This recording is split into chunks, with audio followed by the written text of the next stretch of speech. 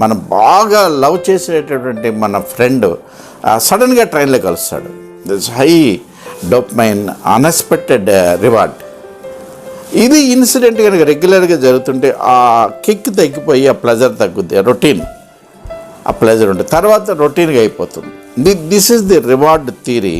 This very very important. And ప్రతి వాళ్ళ జీవితంలో ఏదో ఒక సందర్భంలో ఎదురయ్యేటటువంటి సంఘటనలే natural reward, expected reward and unexpected or unprecedented reward. మన బ్రెయిన్ రిలీజ్ చేసేటటువంటి dopamine, high dopamine and low dopamine, ఈ రెండు కనుక బ్యాలెన్స్ కాకపోతే హెల్త్ డ్యామేజ్ అవుతుంది. ఒక హై డోపమైన్ కనుక రిలీజ్ చేసినట్టయితే ఒక మనిషి ఒక రాక్షసుడిలాగా మారిపోయి ఒక ఉన్మాదిలాగా అదే పని చేస్తా ఒక లోనటిక్ లాగా తయారైపోతుంది.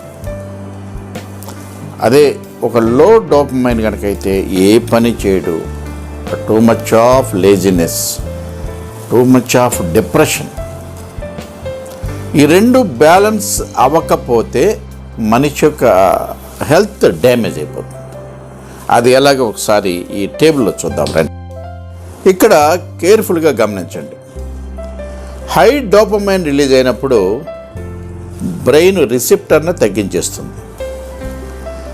మనకు ఉత్సాహం వచ్చినా దాన్ని రిసీవ్ చేసుకుని ఎగ్జిక్యూట్ చేసే రిసెప్టర్స్ లేకపోవటం వల్ల ఆ ఎక్సైట్మెంట్, ఆ మ్యాడ్నెస్, ఆ క్రేజ్ అవన్నీ తగ్గిపోతాయి.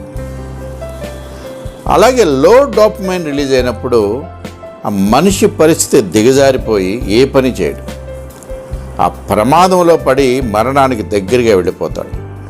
అప్పుడు బ్రెయిన్ ఏం చేస్తుందంటే రిసెప్టర్స్ని పెంచుతుంది. ఆ పెంచి ఆ ప్రమాదం రాకుండా కాపాడుతుంది.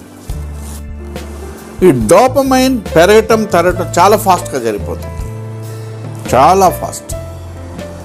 కానీ ఆ రిసెప్టర్స్ పెరగటం తరగటము ఫాస్ట్గా జరగదు.